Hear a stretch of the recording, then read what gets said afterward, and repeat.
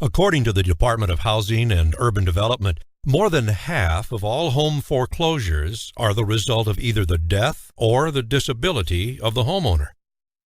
Because every year, thousands of homeowners in their 30s, 40s, and 50s are critically injured in an accident or diagnosed with an illness or disease like cancer that either results in their death or results in their permanent disability, which keeps them from working and earning an income. And without their regular monthly income, many of these families are forced to move out of their homes and away from their friends and neighbors, schools and communities. Of course, no one wants to think about losing their home, much less about their own death or disability. But those are the facts. We are all at risk, every one of us, for an untimely death or a permanent disability from a critical injury or serious illness that results in the loss of our monthly income. Even households with two incomes quickly discover that they can no longer afford the mortgage payment on just one salary.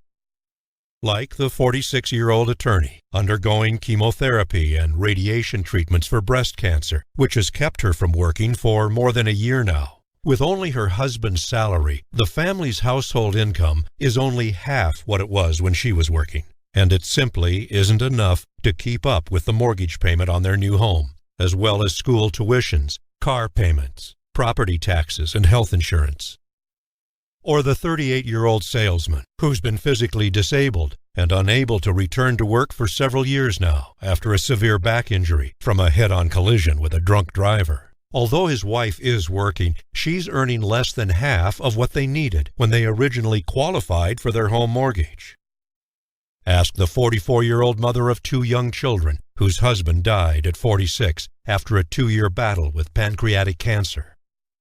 Or the 42-year-old father who was left with two young children when his 39-year-old wife was killed in a car accident. Ask them if they ever thought they would lose their home because they could no longer afford their mortgage payments. So how can you protect your family's home from the risk of your death or disability? With mortgage payment protection. Mortgage payment protection is actually two types of coverage. One that will pay off your entire mortgage tax-free if either you or your spouse were to die in an accident or from any illness or injury. And another that will send you tax-free money every month to make your mortgage payment while you are unable to work and earn your regular monthly wages or salary because of a long-term illness or injury. Think of it like this. Your mortgage lender or bank requires insurance on your home to protect the value of the property from the risk of natural disasters like fire, storms, floods, or earthquakes. But the mortgage payment is entirely dependent on the homeowner's income. So doesn't it also make sense to insure the homeowner against the risk of death or disability? You can even get coverage with a full refund if you never have a claim. What's more, if you sell your home and buy another, you can keep the coverage and apply it to your new mortgage. So ask yourself this. Does it make sense to assume that you will never become one of the 48 million people currently classified as disabled by the United States Census Bureau? Or one of the 500,000 people between the ages of 30 and 60 who die every year? Or does it make better sense to insure your home ownership with mortgage payment protection?